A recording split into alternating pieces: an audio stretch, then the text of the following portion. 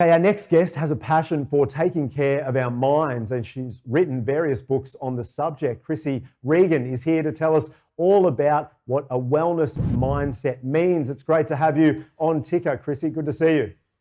Hi, how are you? Thanks for having me.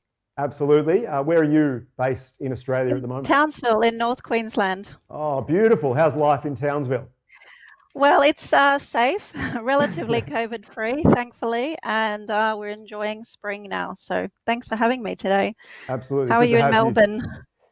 Yeah, we're good. We're good. We're obviously the regional areas have changed their restrictions as of today or last night. So Metro Melbourne, where we are in Richmond, we're hoping that flows on over the next couple of weeks. But you can only look at the numbers. You know, that's the positive we can look at. There's nothing else to focus on, in my opinion, anyway. So let's talk about something that is connected to everything we've experienced this year. So a wellness Mhm. mindset is what you want to talk about as part of your background. Tell us firstly, what is a wellness mindset?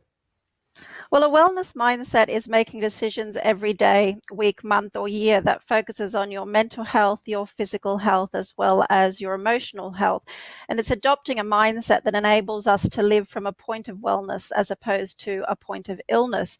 Because when we consider as individuals what sustains us and what drains us, we can develop our own personal self care plan that becomes the foundation from which we live our life. So when we're confronted with challenges or stresses, or illness, we can show up for ourselves in a healthier way.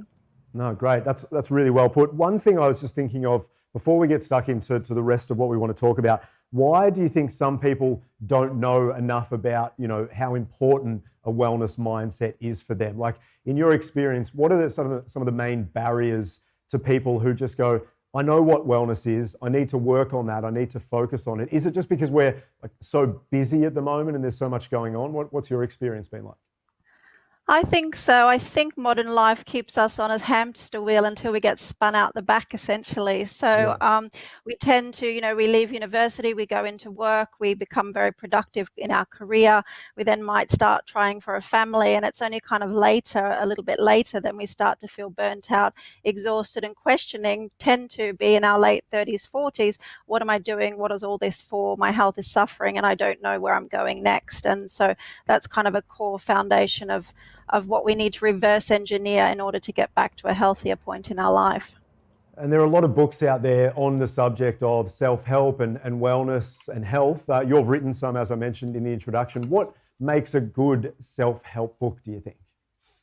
Well, for me, they need to be written in plain English, so they're easy to follow. They need to be relatable, interesting. They should include facts as well as stories, and ultimately humor as well as hints and tips. Because, at the end of the day, I think if something makes us laugh, we remember it more. So if we can relate to the person who's telling the story and find joy in their story as well as the sadness or trauma, then we'll relate to it more readily. Yeah, no, I agree completely. Yeah, I think stories and facts, having a balance of those two is really important. Let's talk about this year and what you've seen. Do you think it's taught us more about the importance of health and well-being? Have we been able to slow down and focus more on those areas, do you think? Fundamentally, and I think for me, maybe I was a year ahead of the curve because I decided to stop and call time out on my health in January 2019. So I noticed that it's kind of caught up with everyone else this year. But, it really has forced us to stop and kind of reassess what's important in our life. We think about first and foremost our health as opposed to making money, but also on a hierarchy of human needs. At the bottom, we have food, safety, shelter, a job, and a place to live.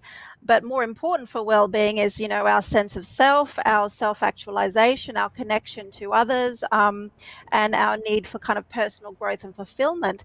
And that's kind of what we've seen stagnate this year. So we've been grateful to have a safe place to live and maybe food to eat all over Australia. But the reality is that a lot of other areas of well-being have suffered. And those are the areas I think that we don't give enough attention to when it comes to our overall health. We think about having a job, a place to live, and food to eat, and we kind of neglect the other stuff that allows us to thrive as humans. Just at the start there, you mentioned it was 2019, I think, where you called your health. You tried to make a change Yes. or something like that. Can you tell us about that, if that's okay? So my health was in the toilet in 2018, I would say that honestly. And in January 2019, I decided to embark on a quest to heal my mind, body, and spirit. And that's the fundamental premise of my book, 12 Steps to an Unbreakable Mind, Body, and Spirit. And it's a transformational journey that informs, inspires, and connects. And it's focused around some of the aspects that we spoke about today, but it guides the reader on a journey to reclaim their health and well-being and build a healthy, strong foundation from which to go forward. And since following the 12 steps for me, I've been able to improve my health 100%. And I've also been able to share that message broadly. And this book has now been nominated for Australian Business Book of the Year in 3 categories, which is health and well-being, personal development, and audiobook. So I'm quite pleased about that, to have an opportunity this year to share this message of wellness when we need it more than ever. No, absolutely. Well, congratulations on that sort of award, I guess, you've received. That's incredible, and what a turnaround for you. I haven't received the award yet. It's nominated. It won't be announced till November. Yes. So, but thank you. Well, still, a nomination to me is an award. I haven't won an award in about 34 years, so like that's pretty good in my eyes.